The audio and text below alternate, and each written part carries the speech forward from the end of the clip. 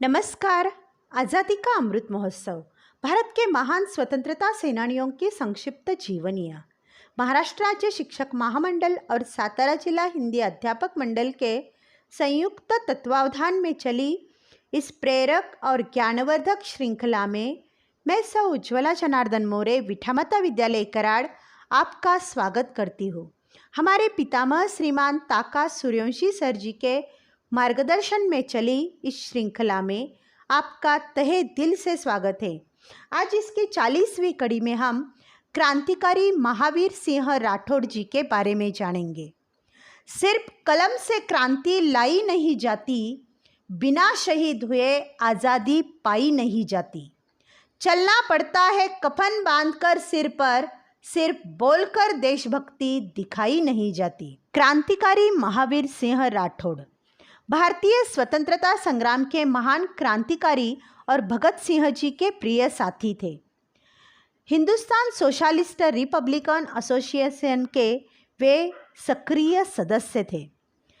Jail में भूख हड़ताल पर रहते हुए निकले थे इनके प्राण। महावीर सिंह, इनका जन्म 16 सितंबर 1904 को उत्तर प्रदेश के एटा जिले के शाहपुर टहला नामक छोटे से गांव में उस क्षेत्र के प्रसिद्ध वैद्य कुंवर देवी सिंह और उनकी धर्मपरायण पत्नी शारदा देवी के पुत्र के रूप में हुआ था। प्रारंभिक शिक्षा गांव में पूरी करके गवर्नमेंट कॉलेज एटा से हाई स्कूल की पढ़ाई पूरी की। राष्ट्र सम्मान के लिए मर मिटने की शिक्षा अपने पिता से प्राप्त करने वाले महावीर सिंह में अंग्रेज़ों के विरुद्ध बगावत की भावना बचपन से ही मौजूद थी। इससे संबंधित एक घटना जनवरी 1922 में कासगंज तहसील के सरकारी अधिकारियों ने अपनी राजभक्ति प्रदर्शित करने हेतु एक अमन सभा का आयोजन किया था, जिसमें जिला अधीक्षक, पुलिस कप्तान, स्कूलों के इंस्पेक्टर, आस पड़ोस के अमीर उमराव आदि जमा हुए थे। छोटे बच्चों को ज़बरदस्ती ले जाकर बिठाया गया था। उन बच्चों में महावीर सिंह भी थे।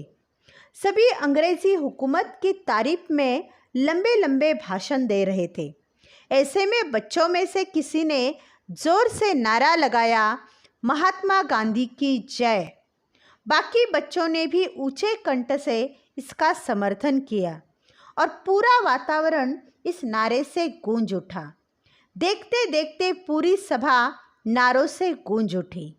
लिहाजा अधिकारी तिलमिला उठे। प्रकरण की जांच के फलस्वरूप महावीर सिंह को विद्रोही बालकों का नेता घोषित करके सज़ा दे दी गई। पर इस सज़ा से महावीर में बगावत की भावना को और भी प्रबल कर दिया। सन 1925 में उच्च शिक्षा के लिए महावीर सिंह जब डीएवी कॉलेज कानपुर गए तो चंद्रशेखर आज़ाद के संपर्क में आए। उनके संपर्क में आने पर उनसे अत्यंत प्रभावित हुए और उनके हिंदुस्तान सोशलिस्ट रिपब्लिक एसोसिएशन के सक्रिय सदस्य बन गए। इसके ज़रिए उनका परिचय भगत सिंह जी से हुआ और जल्द ही महावीर भगत सिंह जी के प्रिय साथी बन गए। उसी दौरान उनके पिताजी ने उनकी शादी तय करने के संबंध में उनके पास पत्र भेजा, जिसे पाकर वो चिंतित हो गए। अपने आप को मातृभूमि की स्वतंत्रता के लिए चल रहे यज्ञ में समिधा बना देने का दृढ़ संकल्प करने के बाद उन्होंने अपने पिताजी को राष्ट्र की आज़ादी के लिए क्रांतिकारी संघर्ष पर चलने की सूचना देते हुए शादी ब्याह के पारिवारिक संबंधों से मुक्ति देने का आग्रह किया।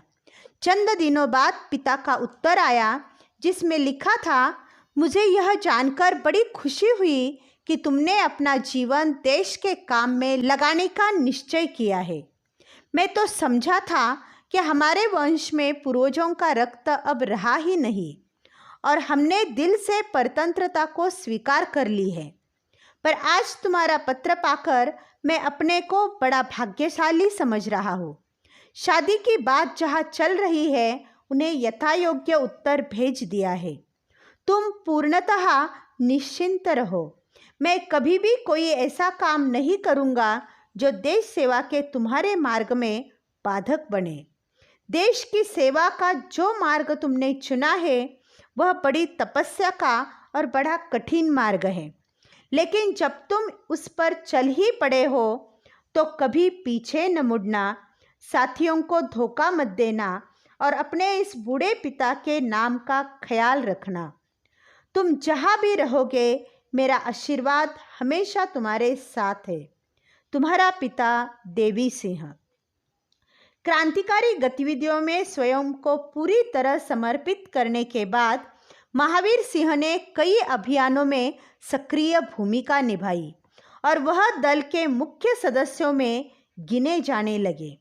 लाहौर में साइमन कमीशन के विरुद्ध लाला लाजपत राय के नेतृत्व में तूफान उठ खड़ा हुआ था, जिसमें एक प्रदर्शन में लालाजी पर लाठियों के अंधाधुंध प्रहार ने उनका प्राणांत कर दिया। यह राष्ट्र के पौरुष को चुनौती थी और क्रांतिकारियों ने इसे सहर्ष स्वीकार किया। लालाजी पर लाठियां बरसाने वाले पुलिस अधिकारी को मारने का निश्चय किया गया। उस योजना को कार्यान्वित करने में भगत सिंह, चंद्रशेखर आज़ाद तथा राजगुरु के साथ महावीर सिंह का भी काफ़ी योगदान था और भगत सिंह और राजगुरु को घटनास्थल से कार द्वारा महावीर सिंह ही भगाकर ले गए थे। सॉन्डर्स हत्या के बाद वे अपने गांव पिताजी के पास चले गए क्योंकि उनका स्वास्थ्य ठीक नहीं था। रोज जगह बदलकर पिताजी से इलाज करवा रहे थे ताकि पुलिस न जान सके। ऐसे में दिल्ली असेंबली भवन में भगत सिंह तथा बटुकेश्वर दत्त द्वारा बम फेंके जाने के बाद अधिकांश क्रांतिकारियों को अंग्रेज़ों ने पकड़ लिया और उन पर मुकदमा चलाना शुरू कर दिया। इसमें महावर सिंह भी पकड़े गए थे। जेल में क्रांतिकारियों द्वारा अपने ऊपर किए जाने वाले अन्याय के विरोध में आमरण अनशन शुरू कर दिया। अनशन तुड़वाने के लिए अंग्रेज ज़बरदस्ती से इन क्रांतिकारियों पर काबू करके उन्हें ज़बरदस्ती दूध पिलाया जाता था।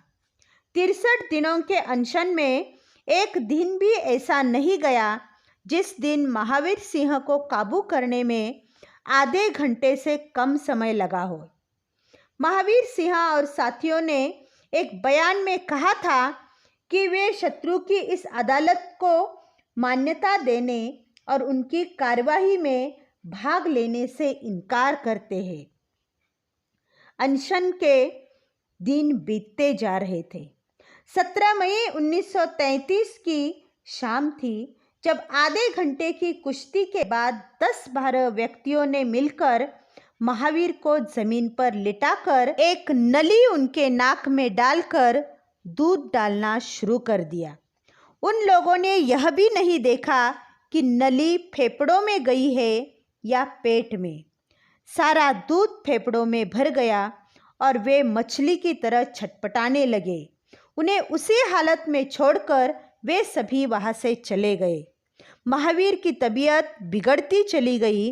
उन्हें अस्पताल में भर्ती करवाया गया, लेकिन रात के 12 बजे उनके प्राण पखेरु उड़ गए। आजीवन लड़ते रहने का व्रत लेकर चलने वाला ये अथक क्रांतिकारी देश की माटी में विलीन हो गया। अधिकारियों ने उनका शव भी चुपके से समंदर के हवाले कर दिया था।